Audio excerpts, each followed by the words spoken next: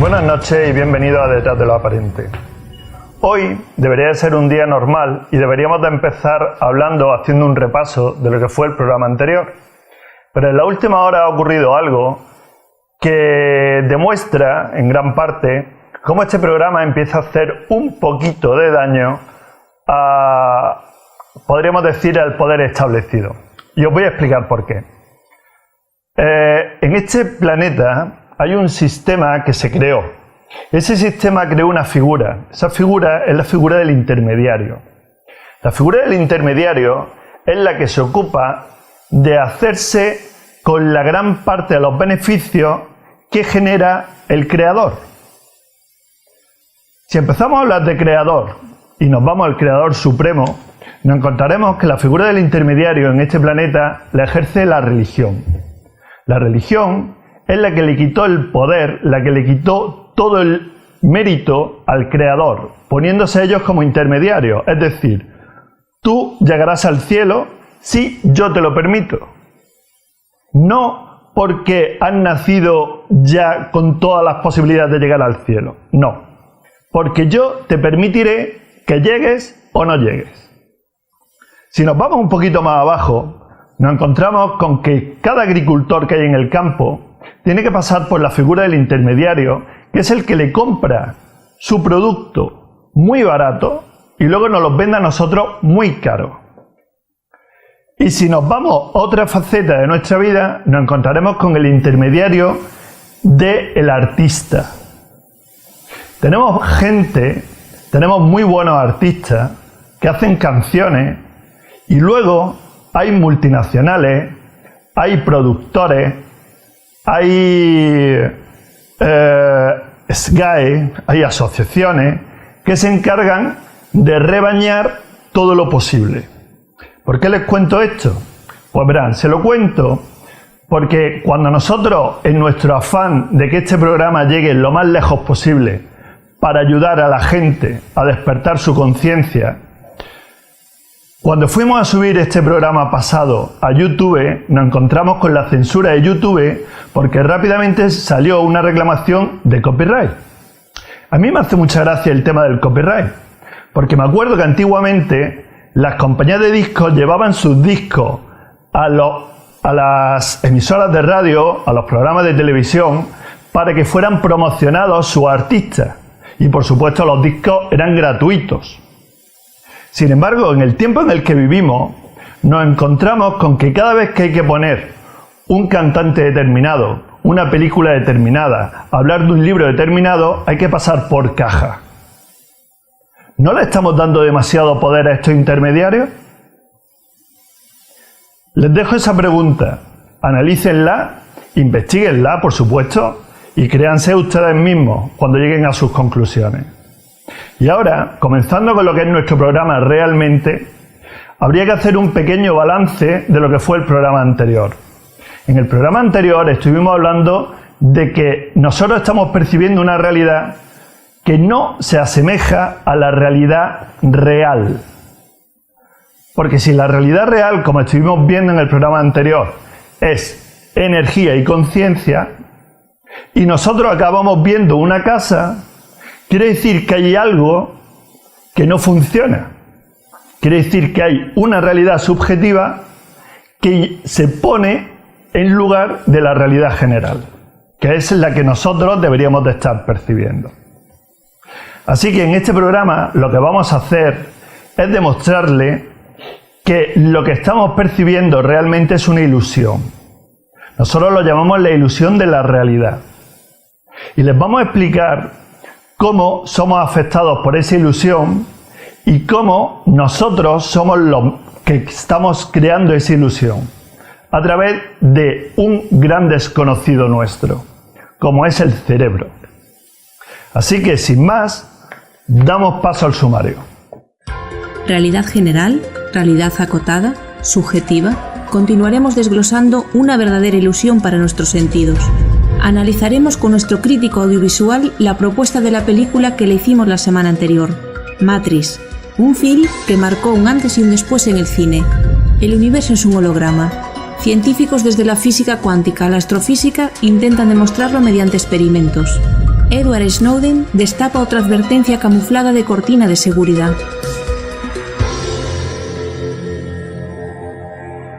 Buenas noches.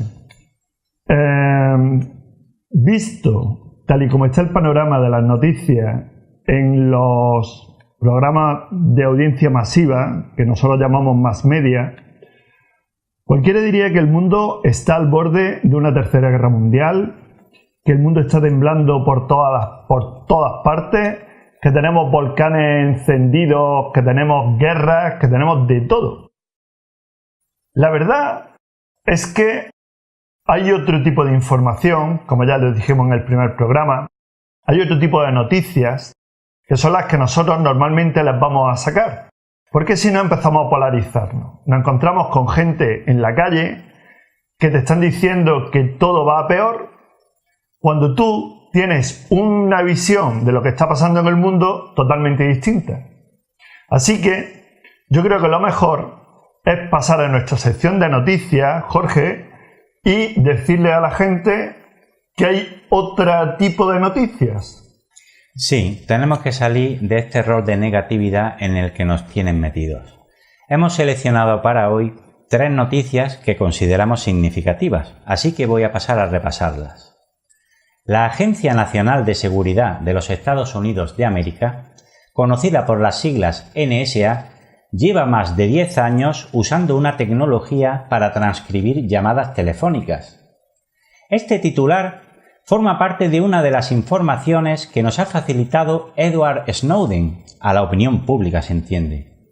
Esta sofisticada tecnología, basada en un software de reconocimiento de voz, según Snowden, controla, registra, transcribe y analiza todo tipo de conversaciones en varios idiomas. Edward Snowden, excontratista de la NSA, publicó esta semana que esta agencia, junto con la Agencia de Seguridad de Reino Unido, lleva más de 10 años usando un sistema capaz de escanear millones de conversaciones, buscando palabras clave o contextos específicos incluso en varios idiomas.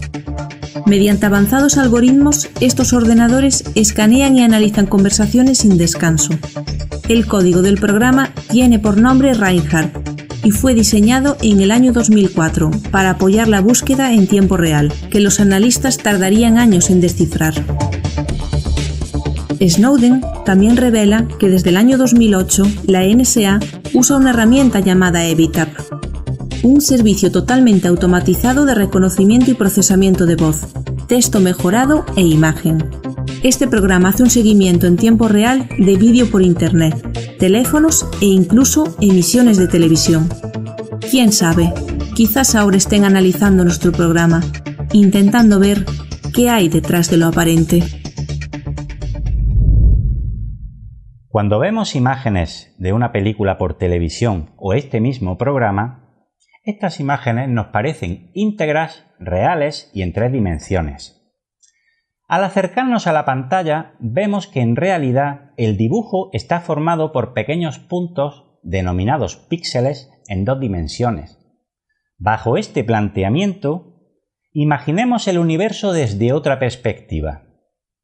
¿Han pensado que cuando observamos la noche estrellada, en realidad estemos viendo una gran pantalla?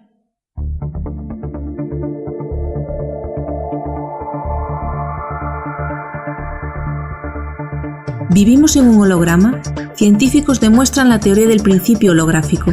A pesar de que se suele pensar que el universo es tridimensional, los científicos de la Universidad de Tecnología de Viena, Austria, aseguran que podríamos vivir en un holograma. Los científicos afirman que han conseguido demostrar el principio holográfico, una conjetura acerca de las teorías de la gravedad cuántica, propuesta en 1993 por Gerard Hough. La idea principal de esa teoría consiste en que en vez de tratarse de un espacio tridimensional, altura, longitud y profundidad, el universo tiene una estructura bidimensional similar a un holograma, cuya proyección se refleja en un horizonte cósmico inmensamente largo.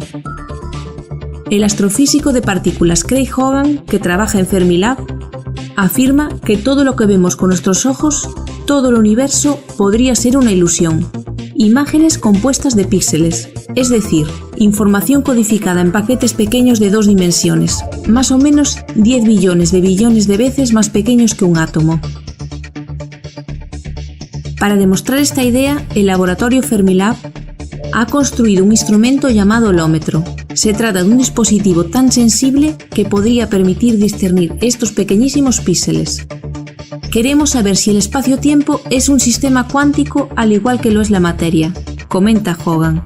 Si se demuestra, cambiará por completo las ideas sobre el universo que hemos utilizado durante miles de años. Y hoy, para cerrar las noticias, ¿se imaginan una realidad donde el agua no fuese un problema? ¿Convertir en potable el agua del océano? Sí, sé lo que me van a decir. Las plantas desaladoras son una realidad. Claro que es posible desalar el agua de mar usando técnicas de destilación y ósmosis, pero resulta caro, entre 3 y 10 kilovatios por hora por cada metro cúbico de agua dulce que se obtiene. Pero resulta que hay veces que no es necesario tanto desembolso económico. Un invento permite obtener agua potable del agua salada, simple y genial. Siempre oímos decir que el agua podría ser causa de una guerra en un próximo futuro, pero la realidad es que actualmente millones de personas mueren en el mundo por falta de agua potable. Imagínense poder cambiar eso.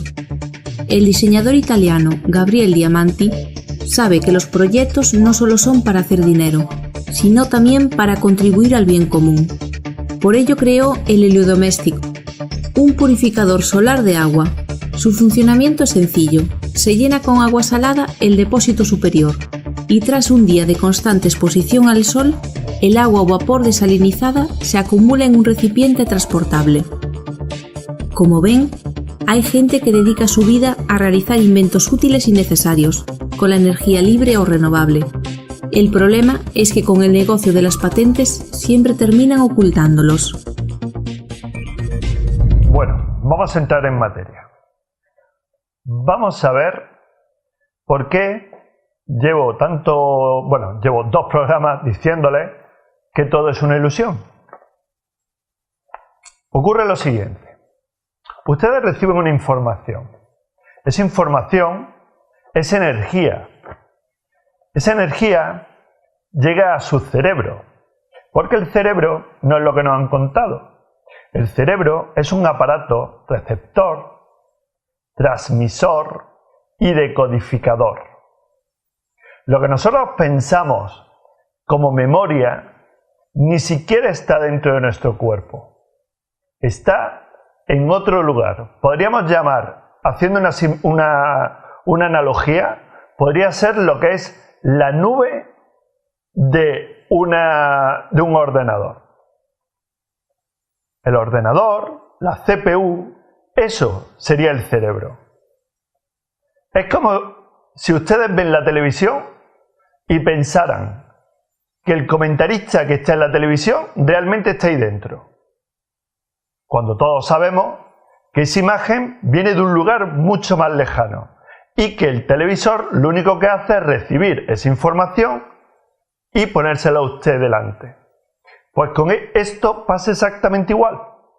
Con lo cual, si esa información que llega al cerebro es manipulada tanto dentro como desde fuera, les haría percibir algo que no es real.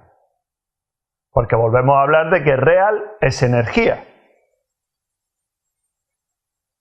Eso es lo que está pasando. Es decir, hay algo que se llama inconsciente colectivo. En ese inconsciente colectivo es donde se puede actuar para hacer que nosotros veamos lo que ellos, pongamos, los que están manejando los hilos, quieren que veamos. Es decir, ustedes reciben una imagen.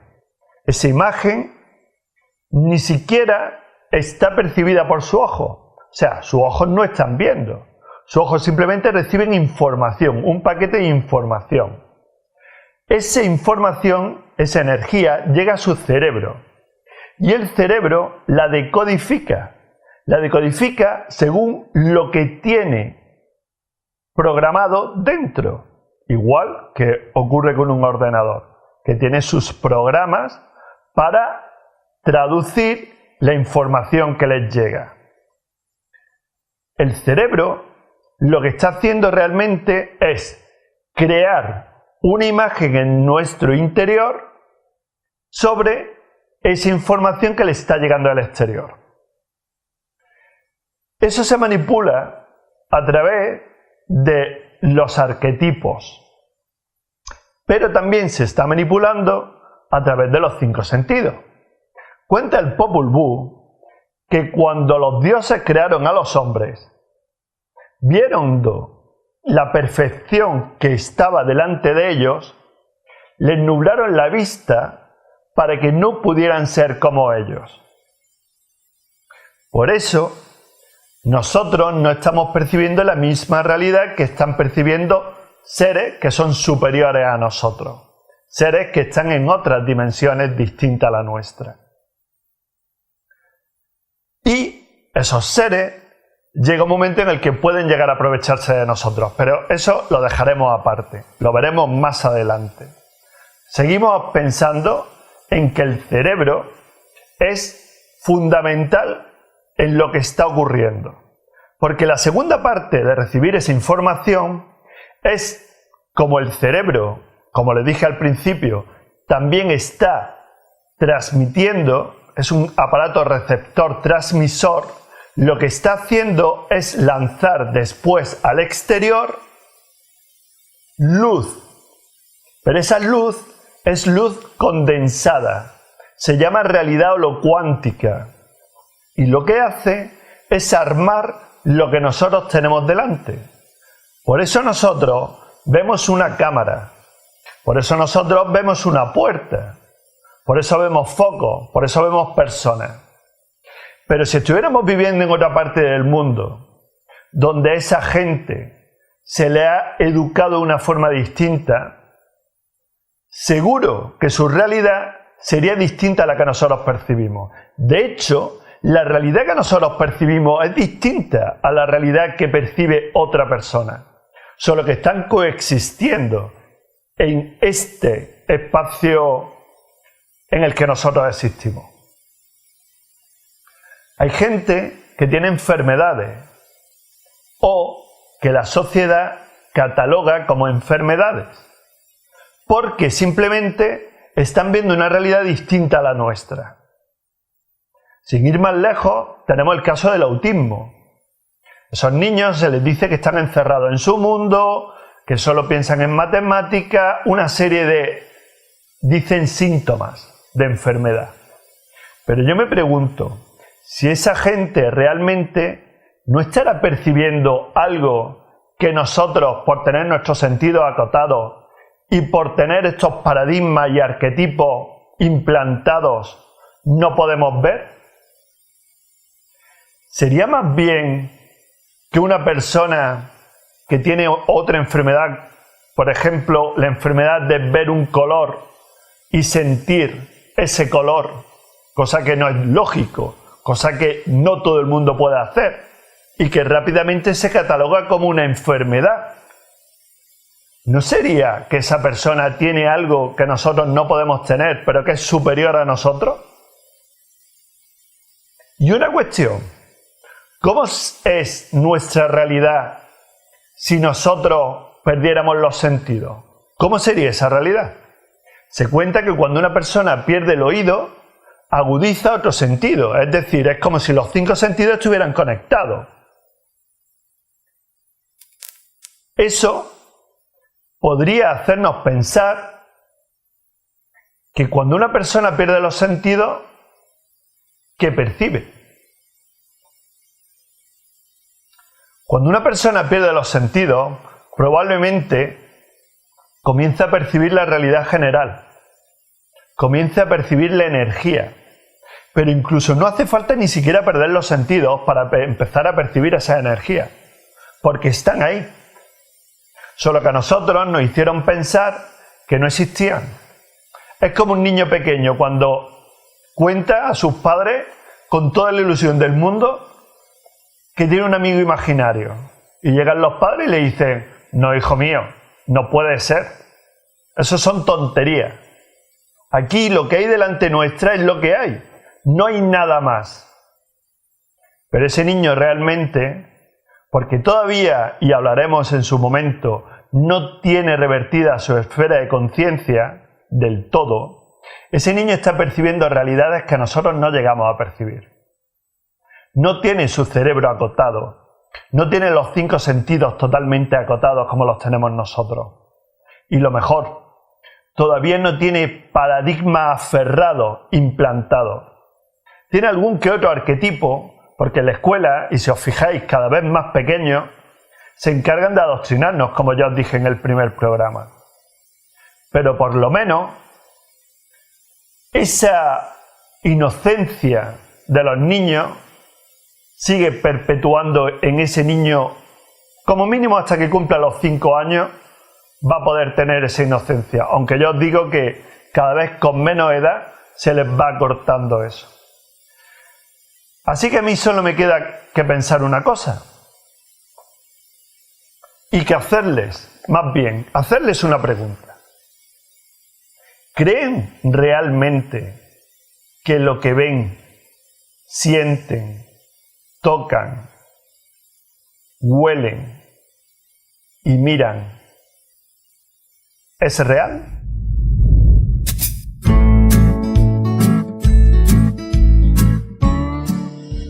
No, ni mucho menos. Me queda mucho para ver yo mi suelo bien sólido. No siempre, no. No, tampoco. Pues a veces no, porque según como tengas la mente, a veces el suelo parece que te tiembla. No. No, porque para mí los sólidos pues serían tipo ahora como si patinases. Sí, creo que es sólido. Este es bastante mullido, pero vamos, sí, suele ser sólido. Hombre, el suelo, depende del construido, sí. El otro no lo sé, depende de cada persona lo que piense. Es sólido, líquido y gaseoso.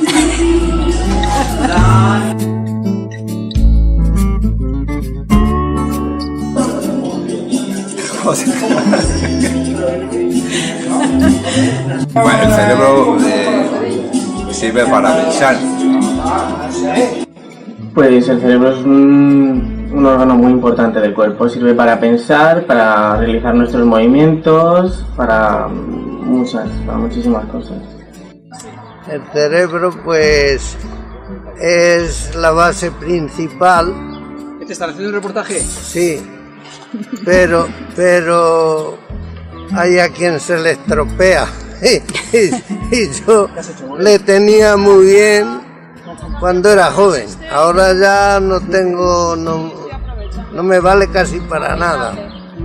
Es un músculo que tenemos en la cabeza que podemos utilizar y que utilizamos en parte y que aún no hemos descubierto. El cerebro es el que nos... si le tienes sano, te da... es el que manda en el cuerpo, pero también te sirve para pensar. Si estás sano, piensas bien, si no, fuera. El cerebro para mí es importante, ¿no? Que necesitamos a veces, aunque muchas veces no es bueno darle tantas vueltas a la cabeza, pero hay que pensar de cuando las cosas. ¿Y para qué sirve? Para eso, para pensar día a día lo que tenemos que ir haciendo. Para mí el cerebro es una parte del cuerpo interno y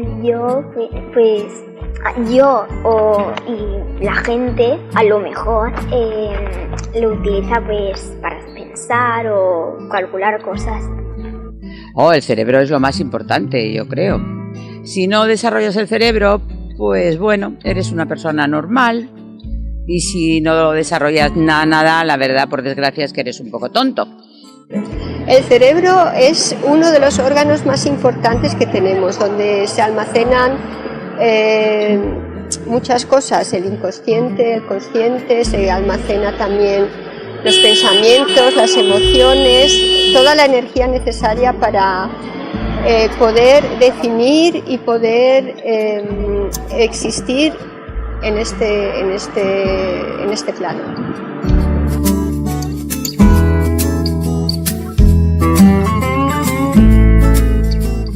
Después de nuestra sección de pulso social, hay algo que quiero que, ya estando en nuestro segundo programa, quiero que comprendan, que es que este programa no lo estamos haciendo nosotros solamente.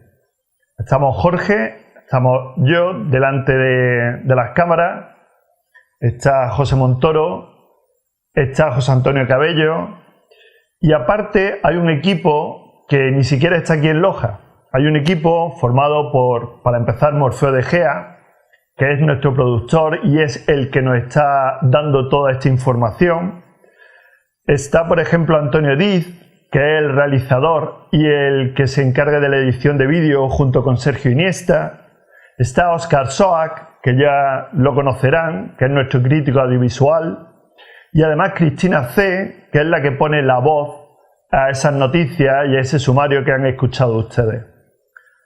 Con esto lo que quiero decirles es que este programa va muy en serio, que nos vamos a mojar cuando haga falta y que no les vamos a dejar a medias, que cuando tengamos que decir algo claramente, lo diremos. La semana pasada les propusimos que vieran la película Matrix para que sacaran sus propias conclusiones acerca del mensaje implícito en ella. A continuación, nuestro crítico audiovisual Óscar Soac, del equipo Detrás de lo Aparente, nos dará su punto de vista. Hola a todos, bienvenidos al programa de hoy. En él vamos a analizar la película Matrix.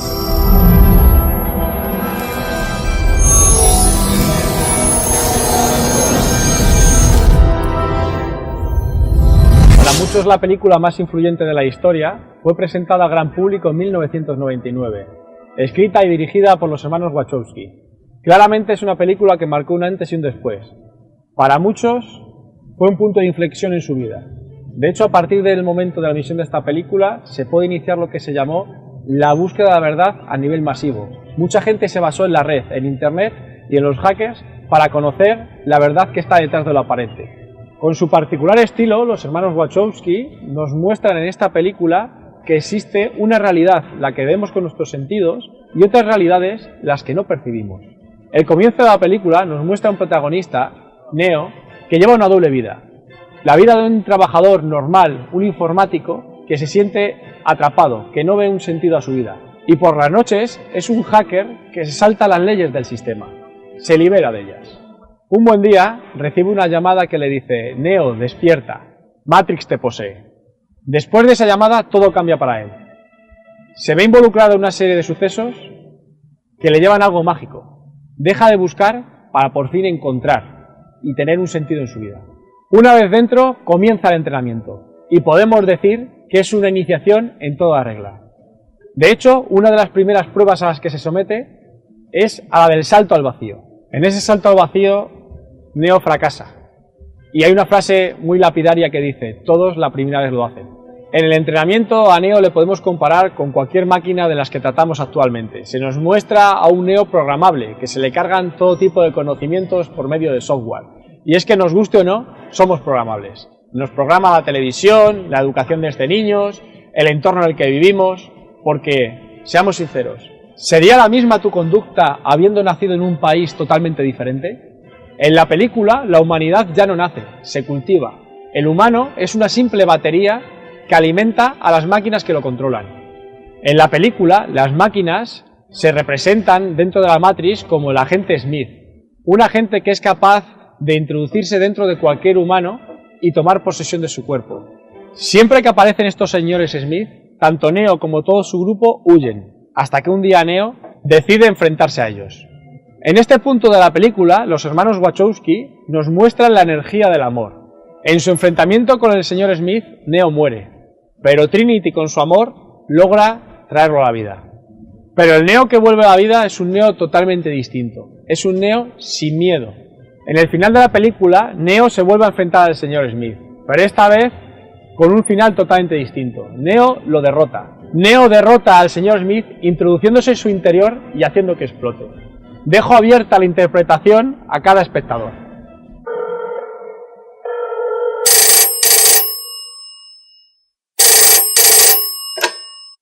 Sé que estáis ahí, sé que tenéis miedo, no conozco el futuro.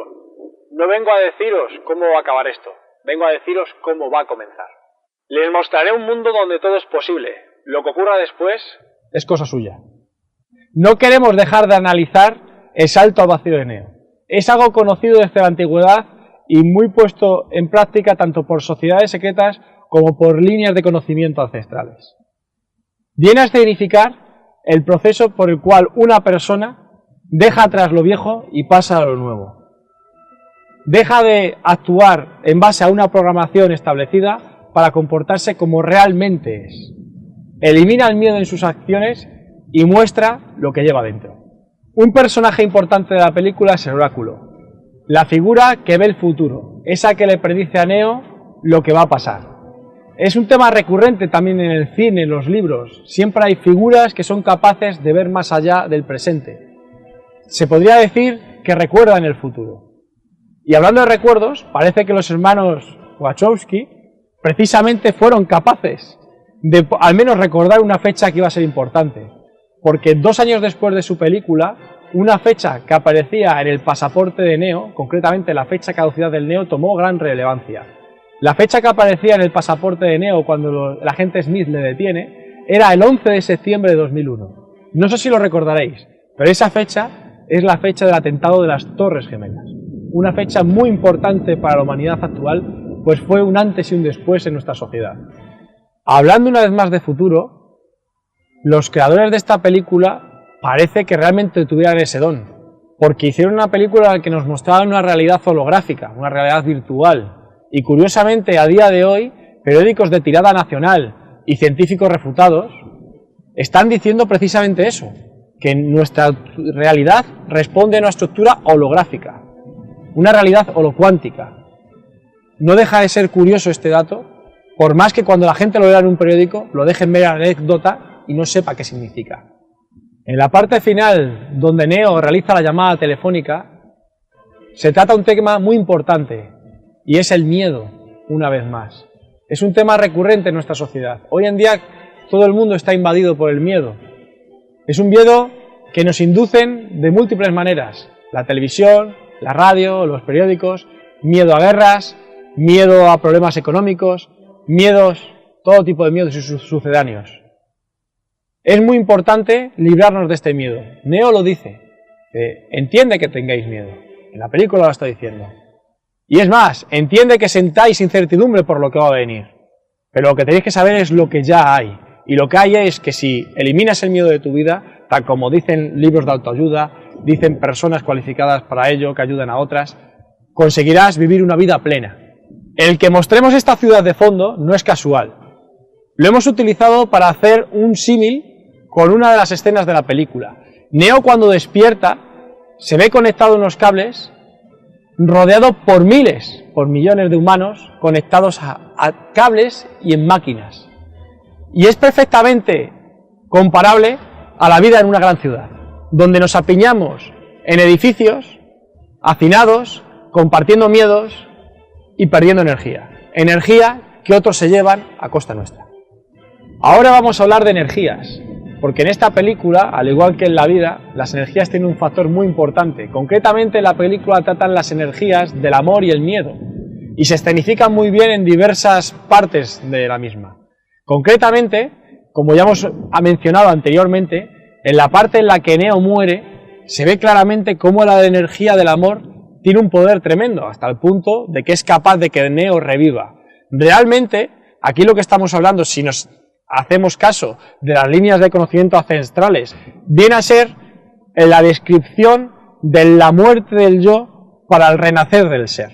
Básicamente, gracias al amor, mueren los múltiples yoes del Neo, que eran esos que generaban el miedo, las dudas y la incertidumbre, y la fuerza del amor hace que renazca el ser, que renazca la verdadera persona que lleva dentro, y evapora el miedo, de tal manera que es capaz de enfrentarse al agente Smith y derrotarlo, siendo un lucero para la humanidad, un lucero para la libertad.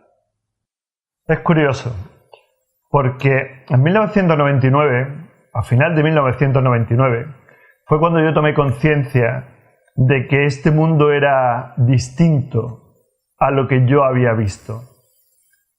Y es curioso, y viene a colación con la película Matrix, porque la gente que yo tenía alrededor en aquella época no hacía nada más que decirme: tienes que ver esta película, es un peliculón, te va a encantar, la música de Prodigy, esto es tremendo, es de lo mejor. Veía a la gente imitando a Neo y a mí no me llamaba la atención. Pasó un tiempo, creo que fue por 2001 más o menos, cuando yo vi esta película. Pero cuando yo vi esta película, yo no vi Neo, no vi violencia, no escuché música. Yo vi un mensaje clarísimo. Estáis viviendo en una realidad que está creada. Ellos cuentan que está creada por ordenador. Yo digo que está creada incluso por nosotros mismos, pero ya llegaremos ahí. Después de esta reflexión personal, lo suyo es que Jorge nos diga qué tenemos preparado o qué me vas a preparar para la semana que viene. Pues sí, para la próxima semana hemos preparado una canción del mítico Bob Marley. Redemption Song será nuestra propuesta para el análisis. Vamos a visionar el videoclip con los subtítulos incorporados para facilitarles la comprensión. Así que dicho esto, demos paso al vídeo.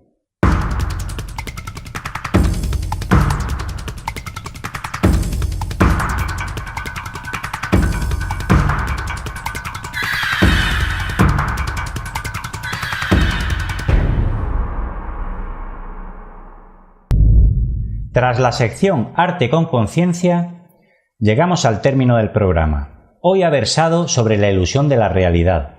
Fran nos ha hecho una magnífica exposición sobre el tema, que ha sido contrastado con la opinión pública a través de Pulso Social.